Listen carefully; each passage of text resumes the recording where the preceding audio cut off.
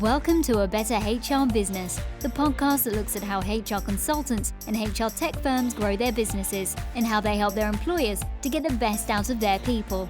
Remember, for show notes and downloads, go to www.getmorehrclients.com/podcast. That's getmorehrclients.com/podcast. Okay, let's get started. Hello, welcome back to the show. Great to have you along. And I'm delighted to have Brent Pollington on the show today. Brent, fascinating guy. He's the owner of the Express Employment and the Specialized Recruitment Groups in Vancouver office. And over the past 5 years, his companies have helped over 750 Vancouver-based companies hire over 11,000 people. So they have been busy, and they're doing all sorts of amazing stuff, both in their services and the way they do their marketing for candidates and for the business itself. So we're going to learn a lot. Brent, thank you very much for joining me today. Yeah, Ben, thanks for having me on. And also a famous podcast host, I believe.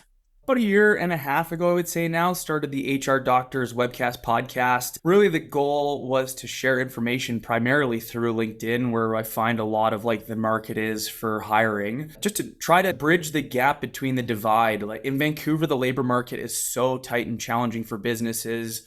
There's businesses here that really have a hard time hiring people. There's job seekers that are struggling to find work. I don't understand how those two things can exist at once. And there's this gap and divide. There's this competitive market. I saw one of our clients, we were doing a bit of an analysis the other day where there was over 450 positions listed for this particular role that they were trying to hire for. And there's no way that there's 450 rock star applicants out there. There's a ton of job seekers and we're getting hundreds of applicants per position, but there's this disconnect. There's this required expectation of having a certain set of experience or whatever it may be. And then again, we see it all day long in the LinkedIn news feed about job seekers that have been through the ringer and had to jump through all these hoops. And so I try to connect with whether it's job seekers, brand new to the market, tenured executives that are struggling to make that transition, coaches that help job seekers or executives, and then HR professionals, talent acquisition, anybody that kind of works in that space, really to just dig in, get some insights and context and see if there's a way to unlock something, kind of get a light bulb moment for somebody, and just whether it's helping a business kind of get past that roadblock or a job seeker do something different to help them with their job search, anything to really bridge that gap. Yeah, absolutely.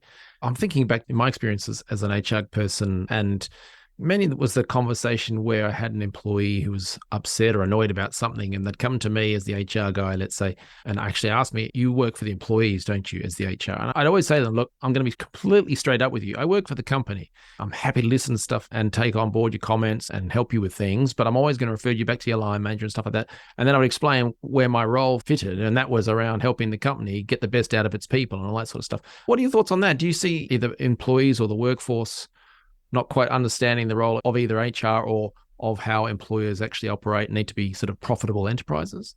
I think it goes both ways. I mean, especially through COVID, HR has transformed. It's no longer a singular entity in the business where HR covers this multitude of topics. It's DEI, it's people culture, it's benefits, it's talent acquisition, it's all these different things. And it's really interesting. I've got a great client of ours that we work with. She's actually a guest of my program in the past, Carrie, with Aura Office Environments. And she's very much HR for the organization, but she's also very much HR for the employee. And if an employee comes to her and they're open and honest about their long-term goals aren't aligned with the long-term goals of the organization, she really feels her job is to operate within the best interest of the organization, but that might be to operate within the best interest of the employee for the 2-year window while they're going to be there, and really ensuring that they thrive while they're there and trying to create an environment of transparency. Because nothing's worse than having somebody give you 2 weeks notice with zero context or even a semblance that they weren't happy in their role. And I think if you don't have that open door policy, you'll kind of open the door to that happening. And that's way worse for the business, because we all know it's impossible to replace, especially an A player, in 2 weeks. It's just not going to happen. Yeah. So I think it's a really interesting one. And yes, I would 100% agree. HR's job is to help the organization through its human capital profit and be a successful business in the market, because without the business succeeding, none of these positions exist. And that was something we kind of talked about a little bit, is that I think one of the greatest disconnects is that it's not discussed, even internally in most organizations, that the business is there to be profitable, and that means in your role, whatever your role is, whether it's reception admin, whether it's accounting, whether it's operations, customer service, every position exists for the company to be profitable. I've never heard of a company hiring for a position to go, we want to lose a ton of money on this job. Well, They might not say the role of this position is to make the company a ton of money.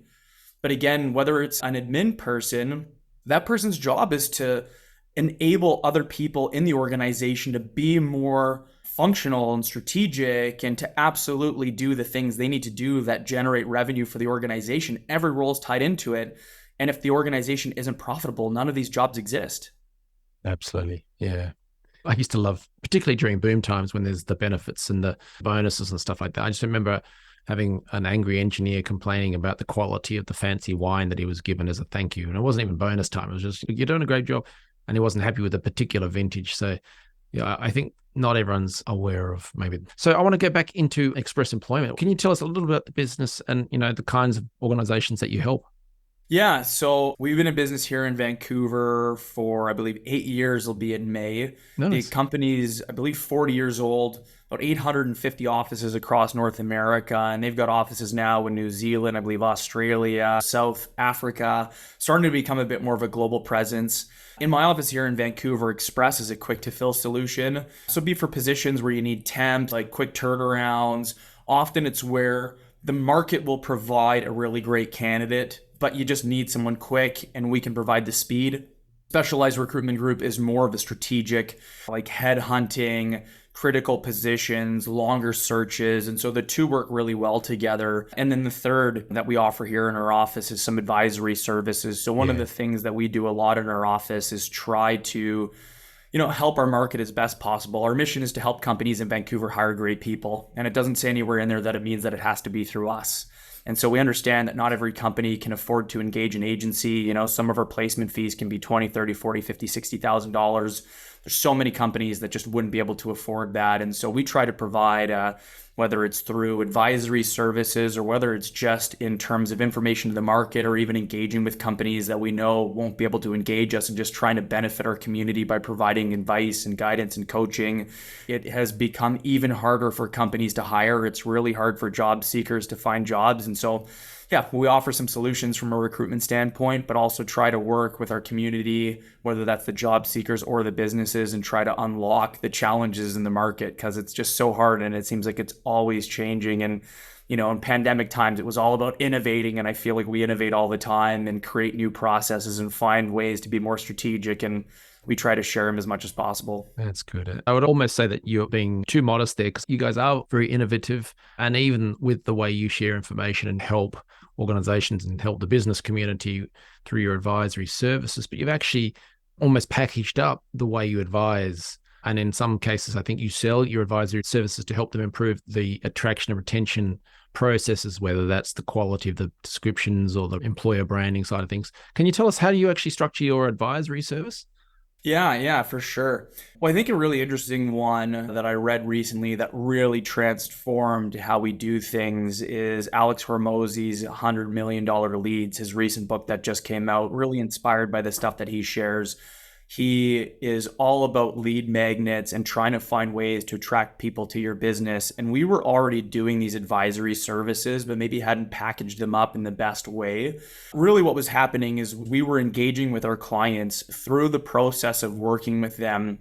We would often find that there were things our clients were doing that we either saw or didn't see that was resulting in either the process blowing up on us and not being able to make a successful hire, or a candidate failing in the first, 30, 60, 90 days or 6 months. And some of our guarantees on our placements are up to a year. Wow. And, we don't have any control post-placement.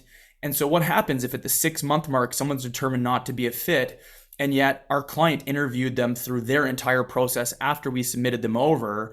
Like, how do we not only protect our investment, but also help our client understand that no matter what, we all lose there. The candidate loses. Maybe they weren't the right person, but a lot of times they were the right person. Like, we made this informed decision. So was it that just something critical slipped through the cracks on our side? Did it slip through the cracks on the client side? Did the candidate misrepresent something, or were they just not set up for success? And I found for the most part, that's ultimately where it would be. And so we started digging in. I call it the 3 pillars of successful hiring, recruitment, and retention. And so the first piece is your culture, vision, mission, values, like what you're actually looking to do in the market. What's your company's visibility like to the market and to the job seeker? We've got one client that we recently worked with where they've got, I think, 30 negative reviews on Glassdoor and didn't even know it. Wow. And there were candidates, we didn't even know it either. We hadn't looked, and we had one candidate that said their reviews are terrible. We went and looked. They've had 1,000 employees come through their doors over the last 20, 30 years. And right now have about 100 people that would write them 5-star reviews, but they didn't even know it was a weakness they had.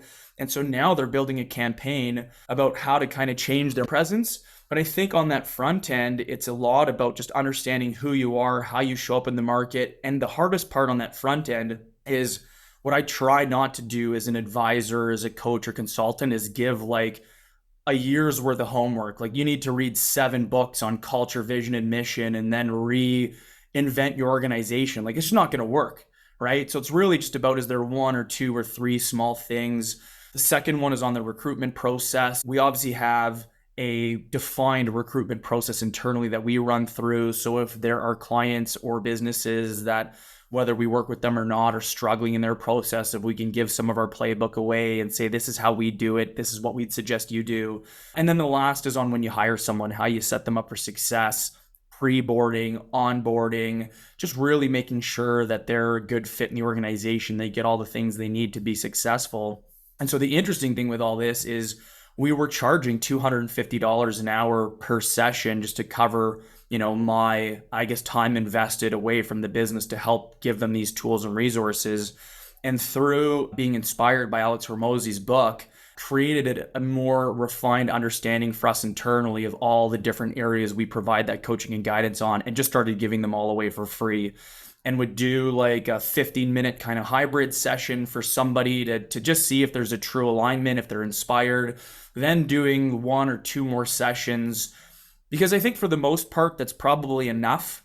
Like, my goal isn't to be here's 1 or 2, and now I'm going to sell you on why you need 10 of them. It's not our core business. Our core business is really the Specialized Recruitment Group, where we make strategic placements in organizations, charge these really great recruitment fees, and make these impact hires for these organizations. Effectively, the temp stuff at Express and these lead magnets are really just there as, again, lead magnets to help us bring business in and then earn the opportunity to do the larger placements. And so in 1 or 2 sessions, if I can give them 1 or 2 easily actioned pieces of homework that they can transform, whether it's how to write a better job description and using ChatGPT to do it where it's really not homework, or that you've already got a great culture, let's use a tool, come up with some core values, and then just kind of use that as a bit of a framework to run through your interview process, whatever it may be. It was just this transformative thing of, here's stuff we're already doing and not really selling it. And there have been people where we've done these 1 or 2 sessions and they go, okay, we need 10 of these. How do we get you to do this? How can we implement it in our organization? And it was really transformative for us, where we've done, I think, just under $20,000 in advisory services this year to our clients. We've not been pushing or selling them. In fact, we've been giving them away for free and then having people be like, these are great, we want more. How do we make that happen? Nice. And you've been selling them in hourly blocks. It's not any fancy blocks of 4 or 10 or anything like that. It's just when they need them. Or how are you doing it? Yeah, for the initial session or 2, again, haven't really been charging for them and just been, hey, we post stuff all the time on our social media. If you're struggling in these areas, we try to really push these lead magnets and say, again, whether you're a client of ours or not, we want to help. If this resonates with you as the audience, then we want to help you. We'll give this to you for free. If we do 1 or 2 sessions, my biggest ask at the end isn't that they buy or they hire from us. It's that they maybe give us a 5-star Google review if they feel that we really helped impact their business. Nice. And then if through those sessions they go, this has been really transformative, and in speaking further, we know that we need more, then we'll look at a holistic going, okay, this is the greater problem you're looking to solve. This is what I think it would take to do it. That's going to be, whether that's 5 or 10 sessions, we just go, this is, we'll Yeah. do this at a $3,000 or $5,000 package, and we're going to go through it until you and we both feel that you've got enough of a system and process dialed in internally to really affect change. I love it. It's so clever. And so a few thoughts for people listening. If you're stuck going, well, what does Brent mean by lead magnet? So that's just simply a resource, whether that's something in writing, like a written guide, PDF, white paper, or it can be a spreadsheet or a checklist, whatever. All sorts of different things could be lead magnets. But the idea is that a sales lead sees this thing, thinks that's really cool. I would like to exchange that for my name and email address or phone number or contact or a session or something like that. So that's what lead magnets are. And they're just so powerful. I use them all the time, and I encourage everyone to do that. So we will also have the link to Alex Hormozy's book there, because he's got a couple there, the $100 million offers and $100 million leads. And real quick, acquisition.com has both of his books with free courses to go through, with resources. Like, he has done such an amazing job, and he's really transparent with why he does it. And I think it ties really well into this, which is his goal of sharing all these resources is, if your business isn't doing 3 to 5 million annually, then these will help you get there. And when you're at that 5 million mark, reach out to him. His company will partner with you guys. They'll add their fractional resources in your business and then try to ramp it up to 10 or 20 or $50 million in exit. And so we really embraced that and did the same thing, which is all these lead magnets, we 100% try to give them away for free without any expectation of you doing business with us. Because if I can provide you with massive value, that if someday something does come up or you have a conversation with somebody, you're going to come back to us, because we've demonstrated that we're not just here to try to sell you. We're not a transactional vendor. You're going to get 10x value for your 1x spend with us. It was so transformative to hear that, how he articulates it, how he did it for his business. And so we really try to take the perception that this is going to be a 15-minute thing and then you're going to try to sell me a $10,000 package. I charge $250 an hour because I feel that's what I need to charge for me to justify me spending an hour away from my business. It's not about me making money. It's about me trying to break even and not operate this coaching session at a loss. And again, I'll do 1 or 2 for free. And then after that, I kind of go, I'll step away from my business just to come and spend time with you to help you, but I can't do it at a loss anymore. Yeah. And they're happy to pay it, because they're like, we've already got such value on the front end. And again, if they have a search come up, it's been massive, because they come and go, we know what we're going to get here and it's going to be good. Yeah. And a couple of other things you mentioned, the fact that, look, the free sessions, not charging, but if you think it's been useful or you've found it helpful, a Google 5-star review would be amazing just to help. And so keeping that machine ticking over to get some positive feedback for Google search is an excellent idea. But the big concept was a little phrase you used in there. The reason you looked at setting up this advisory service or having sessions and helping people with their attraction, retention, hiring processes was to, quote, protect your investment, I think it was. In case you get chargebacks, your guarantee, that sort of thing, to help them keep it in. Because I think every HR related person has been heavily involved in recruitment, let's say, and they've got all these applicants in and they've filtered through and done all the sorting, all this huge work, only to have a hiring manager walk in and act like an idiot in the interview and not having read the CVs or ask stupid questions and then just making the company look dumb. Or you've hired someone you're so proud to have got them, and then their first day, their orientation is, here's your desk, off you go, see you later, and not even show them the bathroom. So giving them the advice on how to ensure that they do things properly, it protects your investment. So I think that's genius. 2 things in there real quick. One was, I was already doing it. Yeah. I was already working with my clients, because we've obviously, created some really phenomenal partnerships throughout the years of working in our market here. And I was in talent acquisition for 5 years with another company before starting my own. And so whether it wasn't working or it was working, or they were just reaching out and kind of picking my brain, was already doing it. I just didn't realize that I was doing it in a way where I should be charging for my time. And the really phenomenal piece that came out of it is I think one of the greatest challenges we're faced with as consultants or external HR or external, support systems is that sometimes we try to sell people that the information we have is really valuable and they should pay us for it. But I think it's really hard to shift somebody's mindset to help them come over. And I think even further, if you are selling and you have to convince them, that it's like an unnecessary uphill battle. Yeah. And that when you kind of go to a client, maybe we're working with them and we give them a bunch of advice and then we go, hey, look, like it sounds like there might be like a bigger picture issue here. I think I can work through with you on it. But if I'm going to spend 1 or 5 or 10 hours with you, I can't do this as part of our recruitment service. Like we have to run a profitable business. And if you think it's an important enough issue for you, then the money's not going to be a huge factor. It really just comes down to, is it a big enough problem for them and do they see it? And if not, then like me selling my service to them and trying to charge them $250, they're never going to be happy. And so I think it was really transformative to just kind of have that realization that I was already consulting with my clients and giving them this advice, which I'm happy to do and continue to do it. But that if there's a deeper underlying issue there that's preventing them from being successful, whether it's, I mean, my favorite, I had a client the other day where I was trying to do a facilitated interview with them where we're in the interview with them, often as a passive observer.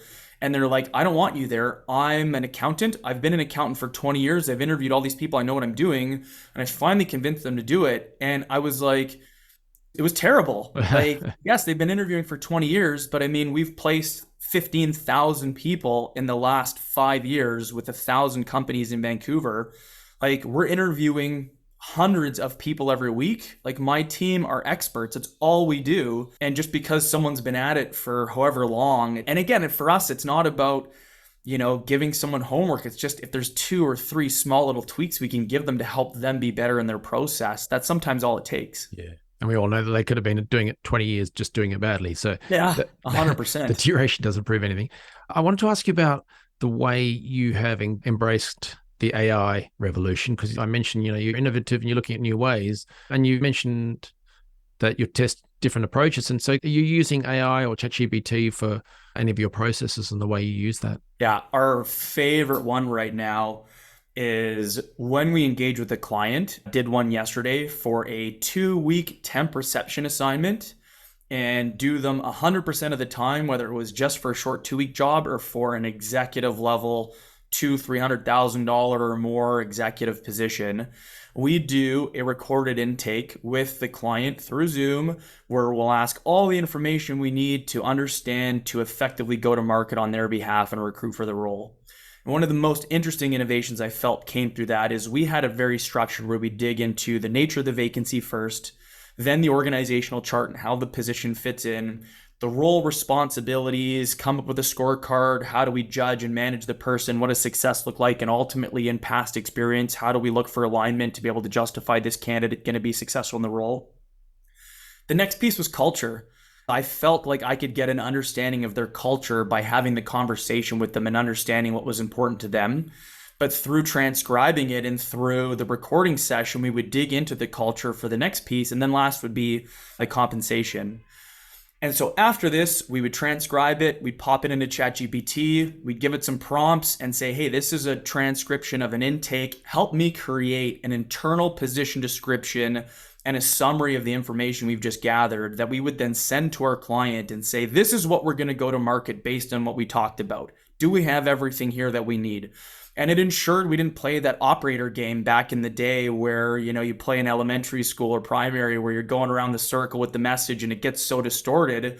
I want to make sure their internal team truly understands holistically, top to bottom, what we're going to market and what a good fit's going to look like and how we're going to collectively understand what a fit is. And then further, when we do identify candidates, we share it with them as well to create this really great alignment. And we could have done that on our own. We weren't doing it before, but I'm sure we could have, but probably didn't because it would have taken so much time to create that document. And with chat, it's a 15-minute process. And then further from there, we then take that approved summary with client notes and we create our external position description. And this is one of the things that we do a lot of our advisory services on with our clients or not clients in the market. We see so many people that are posting jobs that are job descriptions. And that transformative piece I talked about is where we take that culture, vision, mission piece. We go on their company website. We try to find all the things we can do that articulate to the job seeker in the market why this would be a great opportunity for you. And we don't post job descriptions. We post marketing and sales strategies out to the market to engage the talent in the market. And ultimately, as I shared earlier, there was a job that we were looking at where there's 450 competing companies. Who is the job seeker going to apply to? Yes, whoever's got the best rate and wage, But we're looking for amazing people. This is why we're an amazing organization. This is how we show up to our people. Here's a couple details on the role and the position itself. We want to open that floodgate to the job seekers of getting them to apply to us. We do our screen, and then if someone is viewed as someone we're going to move forward in the interview process with, then we'll provide them with the comprehensive, this is what you're going to be signing up for document. And then the further last piece, again, using chat, is coming up with a holistic kind of marketing strategy where we'll take that company and create a social post. And the best example would be, we often do this for companies that aren't working with us, is have your internal summary and position description, have your marketing of the external position description that we're going to use to attract candidates, and then come up with a cool kind of post that is going to say be shared by the director or the manager that says, we're an amazing organization. My team's looking to bring another great person on. These are the 3 or 4 amazing things on why we're a great place to work. We're looking for this, just the title of the person, and then the link to the description. So it's got nothing to do with, we're looking for a receptionist. Here's the stuff you'll be doing. It's, we're an amazing company. We want great people to come work here. If you're looking for this type of role, click here. Then you're going to get inspired again. Then if you click there and you make it through the first step, then you can really see the details of the job, because that's when it's going to matter, when you as a job seeker are measuring and weighing what you bring to the table and what the client's looking for. And all that has been massively sped up by using chat and just giving it a couple prompts that we already have saved now because we've done it so much. Is just, okay, here's the summary, here's the transcript, give me the summary details. Great. Now that we've got the summary, create our advertisement for the position description. Great. Now that we've got that, here's a bit more information on the company. Give me a really great social post for the LinkedIn to help us create a little bit more engagement. And then depending on our engagement or not, we use that to really share it out there, but not in a, here's a job, do you want to buy it? Because again, we're competing for the best job seekers. And I think that is something that's greatly missed, is companies just trying to sell themselves or say, here's a role, do you want to buy it? Well, the best people aren't going to click on that. Absolutely. I love that. It reminds me of when I was recruiting in Australia for some roles during the boom time. So no one was applying for anything. Rather than here's the CV or get the position description, it was get the info pack and just put in your name and email, we'll send it to you. So they're not even applying. And so it's interesting the way you describe that. It's a bit like a sales funnel. So 100%. Vastly improved, interesting marketing, let's say, at the top of that funnel to bring them in. And then the first step just to get them intrigued. The next step where they've got more details, but they're starting to self-qualify in or out, all that sort of stuff. It's very clever. Well, and the same goes for the job seeker, where if you're just applying and your resume on the pile, there's tons of great advice and resource out there where you should be identifying the organizations you want to work with and try to network in with those organizations. And if you're going to be starting your first marketing job, reach out to the director and the manager and say, hey, one day I want to work for your company. Like, what do you guys look for? Like, it's a funnel one way or the other.